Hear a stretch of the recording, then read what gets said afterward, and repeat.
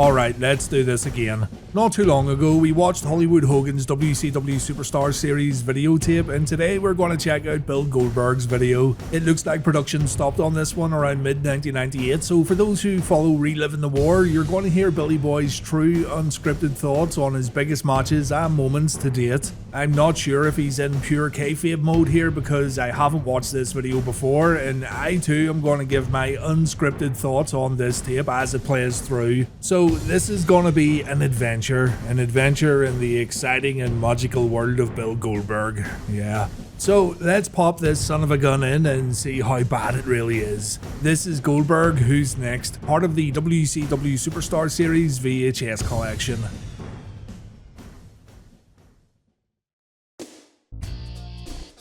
A quick highlight video plays with Goldberg spearing people and what have you, typical stuff. We then cut over to Bill and boy does he look excited to record this interview. First nationally televised match. My match with Hugh Morris, Nitro, the 22nd of September. My coming out match was very taxing. That's how it starts. No introduction, no "Hi, I'm Bill Goldberg", no driving in the frame on a sweet Harley like Hulk Hogan. No, it's just Bill looking like he doesn't want to be here as much as we do. Superfans bought these tapes so they could hear from their favourite superstars. The least you can do is fucking smile, Bill. Come on man, jeez. Goldberg's Nitro debut then plays where he defeated Hugh Morris, and Bill then talks about his post-match promo, or lack thereof. When Gene Okerlund tried to interview me after my first victory that night, he didn't understand that my main focus was to get in the ring. Very impressive, a gentleman the stature of Hugh Morris, and you absolutely got in there and manhandled him tonight. Sir, I've got to get a little bit more than that. I do my talking in the ring. I don't do it on the mic. I'm a man of few words. Well, this is where we have a problem then, William, because, you know, this is an interview. Look at the back sleeve on the videotape. It says right here, packed with in-depth interviews. And here's Billy Boy saying he's a man of few words. I already feel ripped off. My speech is more through violence. The rivalry with Steve McMichael was a given. He had attained success in the NFL that I only dreamed of. And he being the largest representative from the NFL, and most prominent representative from the NFL in WCW, he was definitely going to be first on my list. Smart move, Bill. Go for the guy with little in-ring experience. Can't fault him for that.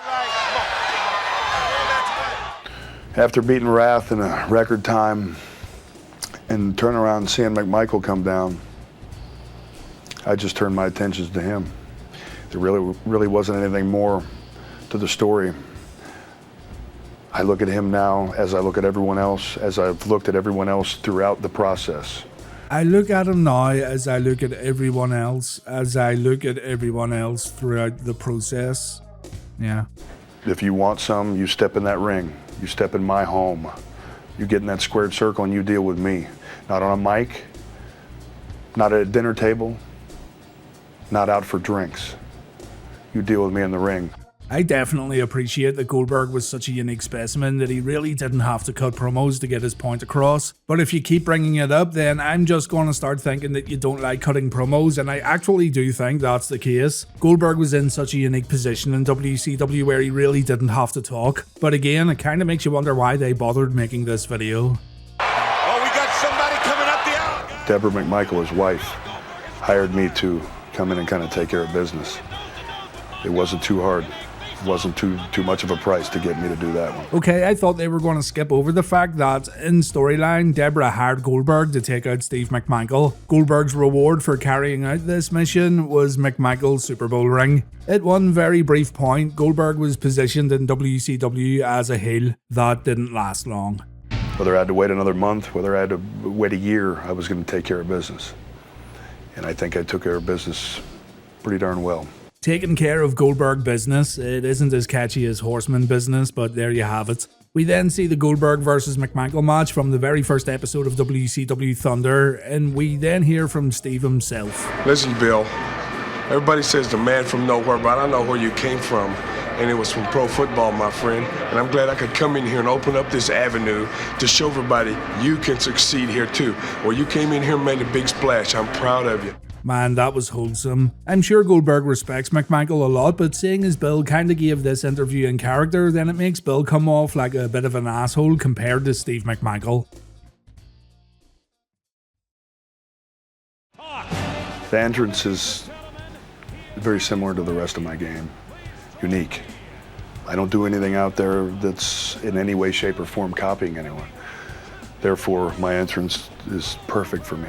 Yeah, no lies spoken, Goldberg's entrance was unique and it was awesome. It also gave Doug Dillinger some extra work because Lord knows he would happily sit on his backside while criminals ran roughshod over World Championship Wrestling. Same elements in the spear are seen through all my moves. It's, force equals mass times acceleration pretty much is my motto. Force equals mass times acceleration, Newton's second law. I love it. Why they didn't use this more on TV, I'll never know. Could have been a sweet t-shirt. Use my strength and my power derived from football and my intensity from football. Combine them with the uniqueness of specific moves, and that's about it. That's about it, guys. So the Goldberg style is strength, power and intensity from a different sport combined with the uniqueness of specific moves. Whenever the Goldberg School of Wrestling opens, please sign me up.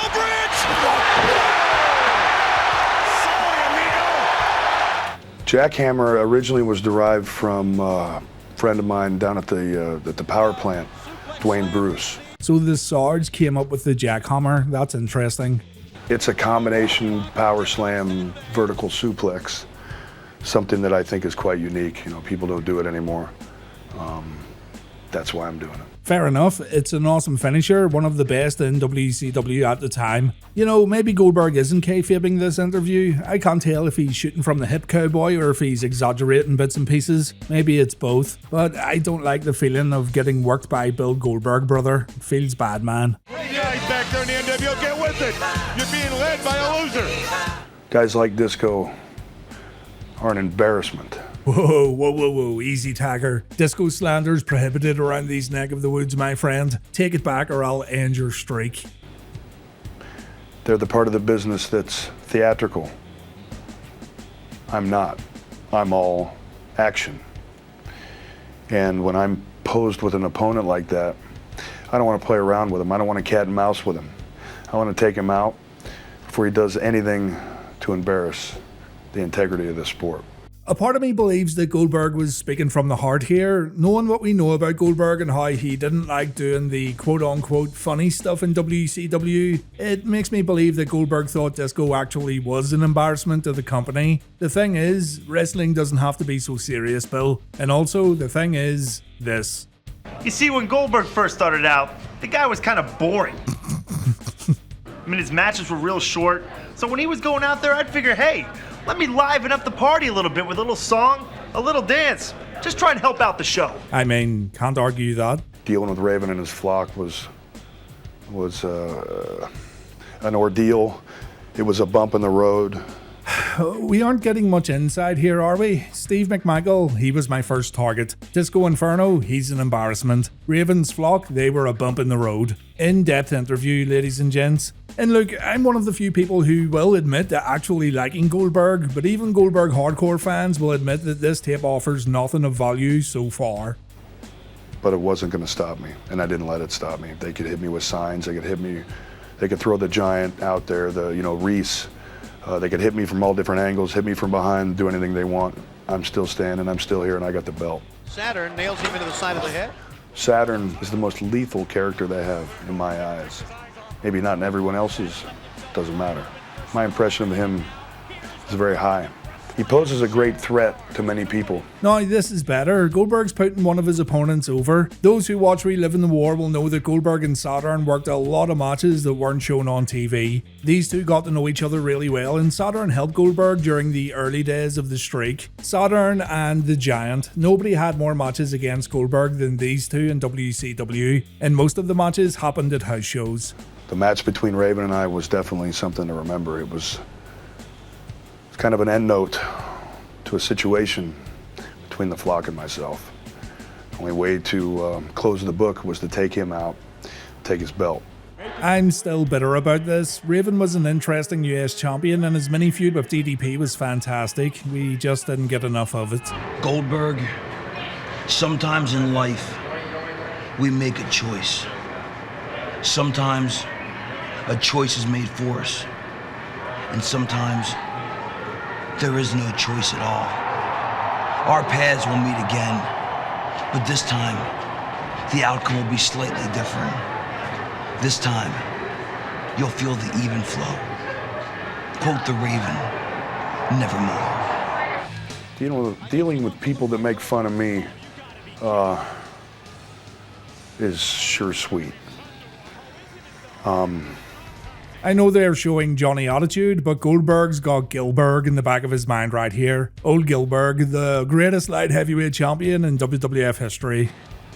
Makes me sick, absolutely sick to know that there's somebody out there that thinks that doing something like that is a mockery, that they can get cheap laughs off of that. Johnny Attitude felt the wrath of my tackle and felt my spear, and believe me, if he was here today, I'd do it again, because that's something I'll never forget. You make fun of me, you gotta pay. I remember wrestling Conan, yeah, in Baltimore. It was another bump in the road. Fuck's sake, is everything just a bump on the road? Another guy from the NWO I had to take care of. I took care of him, and unfortunately for him, he got another beating afterwards from the other members of the NWO, but that's none of my business. My business is in the ring when I'm in the ring with anybody who poses even the smallest threat. All the stuff they do on the side, I could care less about. It only means something when we're in the ring. And like I said before, it doesn't matter who it is, when it is, or where it is. I'm gonna do everything I can to attain the same result. I wish I had something to say, but he's given me nothing here. I'm starting to find the interviews with the other guys after the match highlights a bit more interesting. Yo, man, Goldberg, like you said before, that's right. When you go up against the K-Dog, you might as well get in the Wolfpack's face, because you want to stand alone, you get beat down alone. But hey, man, we don't need to get into any drama. Everybody wants your title. Everybody knows you're the man. I'll give you your props. You know, I know that right now you're undefeated, but what I want to know is how you're going to deal with it when you get defeated psychologically, emotionally, you know what I mean?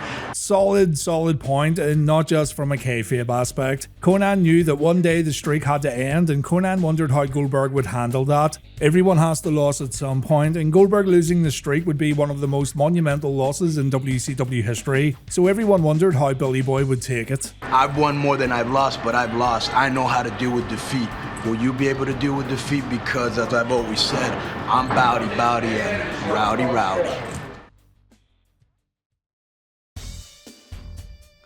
Everybody chants my name. It's electrifying. First of all, it's an honor, you know, to have everybody chant your name like that. It sends chills up and down my spine. It's especially an honor for me because it's kind of patterned after like a hockey chant. And hockey being as vicious of a sport as it is, being my #1 sport that I like to watch, it hits home. It's one of the things that kind of annoys me about folks who didn't watch wrestling in the 90s, and I know that sounds like a shitty thing to say, so apologies. But time and time again, you'll hear people say Goldberg was never popular and Goldberg was never that big of a deal from fans who only watched them since his WWE comeback or later. You can pull any episode of Nitro from 1998 that features Goldberg, and that argument is proved wrong instantly. Goldberg was, at one point, WCW's most popular superstar, and fans loved to see him go in the ring and wreck his opponents in record time. You aren't being smart when you say Goldberg wasn't popular. Let's just leave it at that. First of all, the fans are what made me, in a sense. There's a lot of different factors that go into success. If it wasn't for the fans, I wouldn't be here. I don't acknowledge them when I'm in the ring because I'm so focused. But that doesn't mean I don't know they're there. It's like having the, sixth man basketball. It's like having 12 men on the field in football. It's a heck of an advantage. And it's a heck of an honor. Commentated Goldberg match is nothing like I've ever experienced in pro wrestling in my life, and I say this because the Tony Schiavone, my God. fans seem to be 100% behind this man. his intensity is an intensity that really permeates all the way to our entire broadcast team. Heenan gets excited. Tenay, he's always excited. And I get excited. There's nothing like seeing Goldberg in the ring, and I really think this is a man who's going to be the leader of pro wrestling for years and years to come, obviously into the next millennium. Yeah, the commentators went crazy for Billy Boy, but especially Bobby Heenan. Bobby Heenan was one of Goldberg's biggest cheerleaders, and he always got so hyped up for Bill's matches. The man, that's what Bobby called Goldberg every week. My match with Hogan in July was definitely the critical part in my career. Not only did I get a world title shot, not only did I get it live on Nitro, but I was able to do it in front of my home, not my hometown, but where I live now. Played in that stadium with the Atlanta Falcons. And it meant a lot to me to be in front of my fans, my hometown, my dwelling at that time. It was a night to remember. Again, hard to add anything to this. It was a good episode of Nitro this week, a very historic night. As Tony Schiavone would say, one of the most important nights in the history of our great sport. That was the night I started to live as a professional wrestler. Feels great to be the heavyweight champion. A lot of responsibility comes with it. And with me being only in the game for about a year, I'm learning on the run, literally. And had a lot of help from a lot of people, but then again, a lot of people sure want that belt. You know, Goldberg, you make me sick, man. That was quite the transition, wasn't it? Goldberg, you make me sick, man. The deal is, you're walking around with Hollywood's legacy, man. The NWO World Heavyweight title symbols the greatest wrestler alive. You may be able to fool these stupid little fans, brother, that have bought into your game. You may be able to fool some of the stupid promoters that are making money off you, but you ask any wrestler, brother, you ask every man in any dressing room around the world, Hollywood Hogan is a man that made wrestling. Hollywood Hogan is a man that has the largest arms in the world. Hollywood Hogan has the power that even the promoters don't possess, brother. And Hollywood Hogan is immortal, and I shall live forever. Goldberg, the ultimate disgrace to a world's heavyweight champion. How dare you walk into my world, try to steal my belt and my legacy. The belt's one thing, brother. You're on borrowed time, brah. Super. Taking care of Hennig in San Diego, that bash at the beach was fun. Oh my god, this tape should be called Goldberg Says Nothing. Good now, Mike. When I came in and helped DDP, He almost forgot his name there, didn't he? it wasn't that I was helping DDP. It's that I was helping a victim being victimized. Oh, okay. I hope every victim who gets victimized receives the same help from superhero Goldberg. Road Wild was a different experience for me. Battle Royals, tough thing to endure. Yes, Goldberg, battle royals do tend to be tough things to endure. Especially when you got every single person in that ring wanting to throw you out. Yeah, everyone wants to throw you out, Bill. It's how you win the match. You can actually see him reaching into the darkest corner of his mind to think about something, anything to say about the Road Wild Battle Royal. He wants to add more to it. He knows how this interview's went so far, but Goldberg's coming up short. Taking care of the NWO from the bottom to the top was my goal that night. That'll do. One by one, I got them out. How I did it, I don't know. How I did it, I don't remember. Only thing I know is I did it. Culminating with the Giant at the end of the night. Quite an experience getting him up in the air like that. Very proud of myself for doing it. But I don't remember it because it was pure intensity that got him up. So all I know is I got the 1, 2, 3. Match that night with Ming. Lumberjack match. Right, so if he struggled to say anything about a battle royal, I'm very interested in hearing what he has to say about a random lumberjack match against Ming. Again, a first for me. Something I'd never experienced before. Come on, Bill, you can do it. Had the whole NWO outside. Anybody got thrown out, you got thrown right back in, or you got mauled by them. No love lost between myself and the NWO, obviously. Just shift focus onto the NWO. That's absolutely fine. Whether it be red and black or black and white, doesn't matter to me. I got hit from behind, I turn around, Kevin Nash is holding a chair. Kevin Nash had to be dealt with. That's all I saw. I took care of business, the way that I take care of business. You know, Goldberg, you say we're friends outside the ring, and I agree with that, but inside the ring, there's one thing that has to happen. You know, you have something I want, and that's a world championship belt, big man, and, you know, people say you're the man. Well, until you beat me, I figure I'm the man. You've got to beat Big Sexy. You know what, Bill? I don't think you can do it. Some foreshadowing there from the big man. You know, when I had the match with Rick Fuller, the 10th, don't know why, but Hogan and the Disciple chose that night to try to get it back. The belt, that is. This is just a random Thunder match. It's nothing on the grand scheme of things. Nonsense like this happened every week. I think the production guys were just trying to squeeze out anything just to get the tape runtime filled up. Goldberg, you owe everything you have and everything you will ever have to Hollywood Hogan. Because if it wasn't for Hogan, you would be nothing. This business would be nothing. Again, you're buying a tape because you're a Goldberg fan, and you've got this guy saying that Hollywood Hogan's the man and Goldberg should be thankful for the almighty Hulkster. Everything you ever have, your children ever have, or your children's children belongs to Hollywood Hogan. Don't ever forget it. Eric Bischoff gave me the opportunity to come to the WCW. For that, I am indebted. That's where it stops. Eric Bischoff being with the NWO Black and White just gives me another reason and another member to want to take down.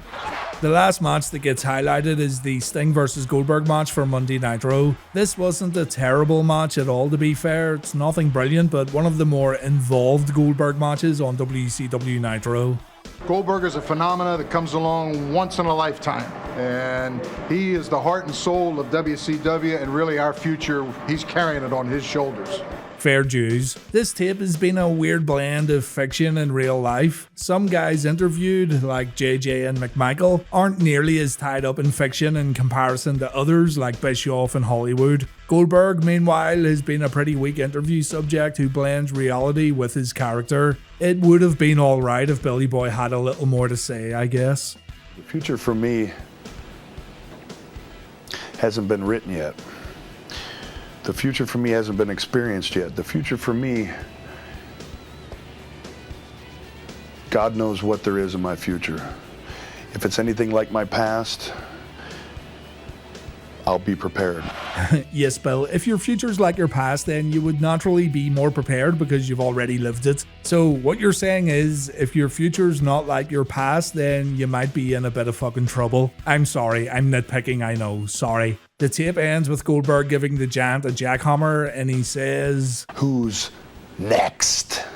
Let's see who got a special thank you in this tape. Remember, Hogan selected the Booty Man for a special thanks before his own wife. Doug Dillinger. Thank you, Doug, for knocking on my locker room door and escorting me down to the ring. David Crockett, Steve Barrett, Alan Sharp, and Donna Seaman. Well, I hope you enjoyed this look at Goldberg's WCW Superstar Series video, and now I want you to tell me 5 things you learned about Goldberg while watching this video. In the comments, I want you to tell me 5 things you wouldn't have known about Goldberg had you not watched this VHS. I look forward to reading your comments. Join me again soon and we'll watch another one of these tragedies on video, and please take care.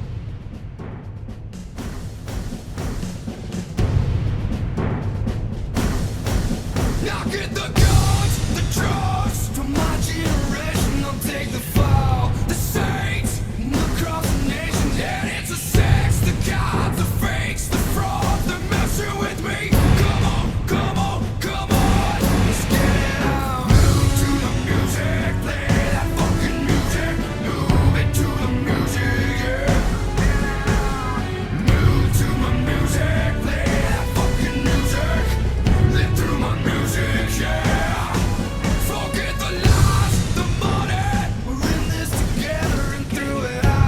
they say.